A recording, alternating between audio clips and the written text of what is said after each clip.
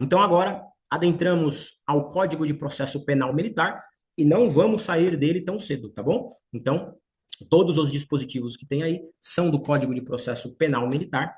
Você vai acompanhando pelo seu código, se tiver, ou aqui na tela conosco. Muito bem. Da Polícia Judiciária Militar, artigo 7º, ele vai dizer que compete à Polícia Judiciária Militar investigar os militares nos crimes militares, ou, no caso das Forças Armadas, quaisquer pessoas dentro dos crimes militares. E quem que exerce essa polícia judiciária militar? Quem que é a autoridade de polícia judiciária militar? Lembre-se que a autoridade de polícia judiciária comum é o delegado de polícia. Mas aqui, na esfera militar, o delegado de polícia não tem competência. Quem é a autoridade de polícia judiciária militar são os chamados comandantes de unidades. É claro que o artigo 7º ele fala de uma série de autoridades que aqui vamos dispensá-las, vamos trazer apenas 98% dos casos. Quem são? Os comandantes de unidades. Senhores, gravem essa palavra, comandante. Nem todo oficial é comandante. É claro que o subordinado vai chamar o oficial de comandante, mas comandante para fins de polícia judiciária militar são poucos. Comandante é aquele que comanda uma organização militar. Organização militar. Uma chamada OM, Organização Militar. Ou uma OPM, Organização Policial Militar. Então, OM para as Forças Armadas, OPM para as polícias militares. O comandante, que é aquele, só existe um. Por unidade militar, só existe um comandante. Tudo bem? O comandante, que é a figura máxima dentro daquele quartel, dentro daquela caserna, dentro daquele espaço público militar, o comandante é a autoridade de polícia judiciária militar perante a lei. E, portanto, ele, assim como o delegado, poderá instaurar o inquérito policial militar, poderá prender em flagrante delito militar e ele poderá investigar todos os atos praticados pelo militar, pela tropa sob seu comando, dentro de um IPM. Então, o comandante. Lembra da questão da hierarquia que eu mostrei para vocês, a diferença lá do soldado, cabo, sargento? Agora vai começar a ser importante. Quem que é o comandante, senhores? Normalmente, comandantes de unidade são coronéis ou tenentes coronéis. Então, comandantes de unidade, via de regra, são coronéis ou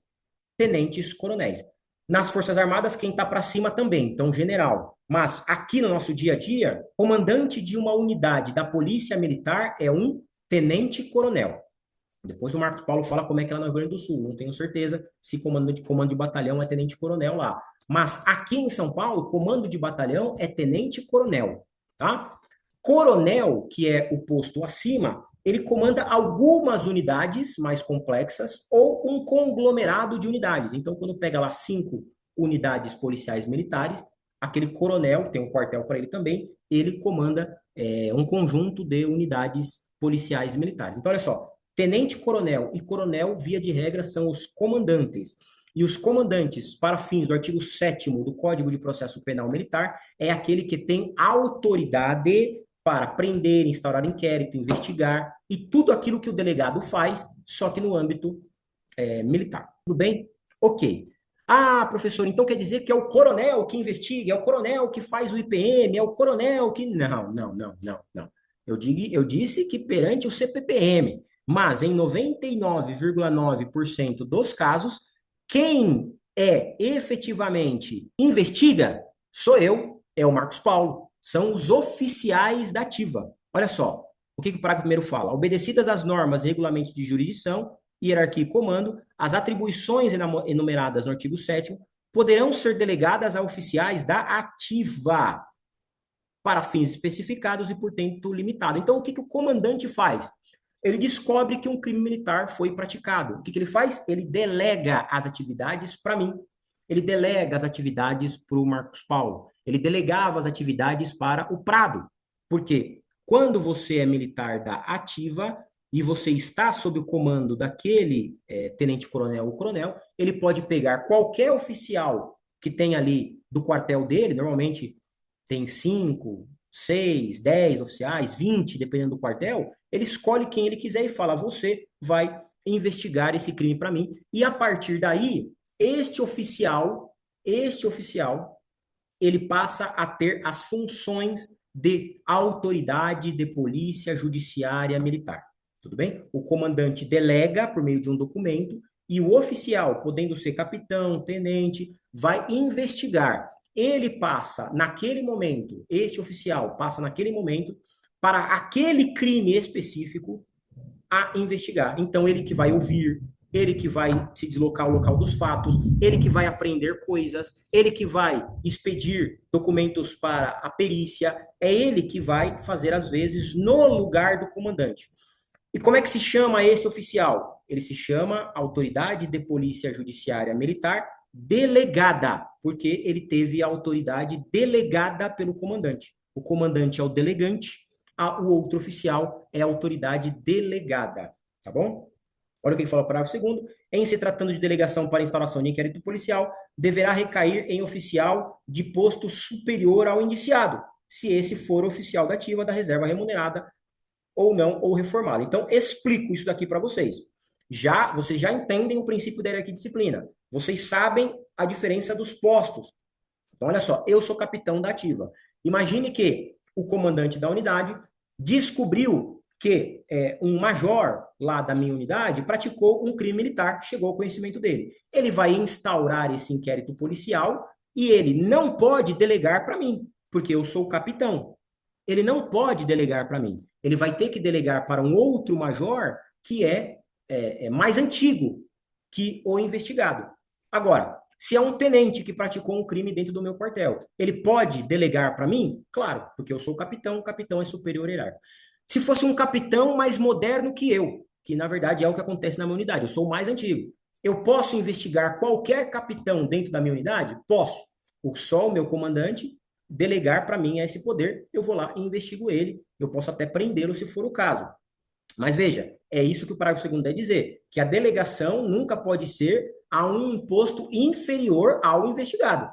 Então, não é porque o coronel delegou que ele pode delegar para um capitão investigar o major. Jamais. Sob pena de você ter as bases da hierarquia e disciplina corroídas. Tudo bem? Beleza. Seguindo, senhores. Olha só, eu estou sempre colocando bastante coisa aqui, só que esse material é um material que vai para vocês depois, tá bom? Então, eu não vou ficar lendo aqui com vocês, eu vou passar, pontuar para vocês, né? Eu vou grifar para vocês, tá bom? E depois esse material ele vai para vocês, para que você leia com calma e tudo mais, tá bom? Compete à Polícia Judiciária Militar apurar os crimes militares, prestar aos órgãos e juízes da Justiça Militar e aos membros do MPM as informações necessárias, cumprir os mandados de prisão, representar as autoridades judiciárias militares acerca da prisão preventiva, quer dizer, a autoridade militar, ela vai, no final do IPM, ou mesmo na prisão em flagrante, dizer que estão ali presentes os requisitos da prisão preventiva. Cumprir as determinações da Justiça Militar, solicitar das autoridades civis informações e medidas úteis, requisitar da Polícia Civil e repartições técnicas civis, as pesquisas, exames, tá bom? Então, para vocês verem que nós temos poder para requisitar dos institutos de criminalística, todas as perícias, informações do delegado de polícia, assim como eles podem requerer da gente. Porque nós aqui somos autoridade de polícia judiciária militar e eles lá são autoridade de polícia judiciária comum, tá bom? E atender com observância dos regulamentos militares a apresentação de militar à autoridade civil competente. Então, muitas vezes, chega para a gente determinação para apresentar o militar para ser ouvido em algum outro lugar. Compete a quem fazer isso? A Polícia Judiciária Militar. Gente, deixa eu explicar para vocês como é que isso aqui funciona na prática. Funciona na prática assim, ó. O militar, o comandante, ele é autoridade originária, certo? Ele é autoridade originária. Ele vai fazer isso pelas próprias mãos? Não. Cabe a ele. O poder é dele. O poder é do tenente-coronel. O poder é do coronel.